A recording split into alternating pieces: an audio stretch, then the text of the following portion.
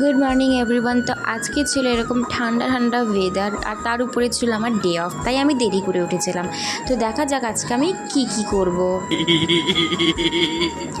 প্রথমেই গুছিয়ে নিলাম বিছানা গোছানোর পর আমি চলে যাই একটু ফুল গাছগুলোকে দেখতে, যেহেতু অনেকদিন দেখা হয় না।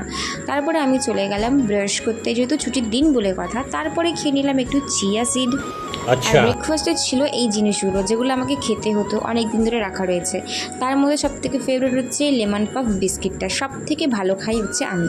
তারপরে চলে গেলাম আমি রান্নার দিকে। রান্নাতে ছিল আজকে শাক, আর ছিল টমেটো, লাউ, আর হচ্ছে কুমড়ো। কি করব জানি না, তো ফটাফট আমি কেটে ফেললাম লাউ। তো মনে পড়লো যে লাউ আর হচ্ছে আলুটাকে ভেজে নিই, ভেজে একটা ভাজি বানিয়ে দিই, আর হচ্ছে কুমড়ো ভাজি করে দিই। আর ছিল চিকেন, যেহেতু ফ্রিজে রাখা, তো চিকেনের একটা পাতলা ঝোল করে দিই। সেটা আমি অবশ্যই এখানে দেখাইনি। আর তার উপরে এত গরম পড়েছে যে কিছু খাওয়াই যাচ্ছে না, তাই ভাবলাম একটু লাইট ওয়েটে কিছু খাবার বানানো যাক। তাই হচ্ছে আজকে আমার মেনু এইসব জিনিস। তো দেখা হবে এবার নেক্সট ভিডিওতে। Bye bye.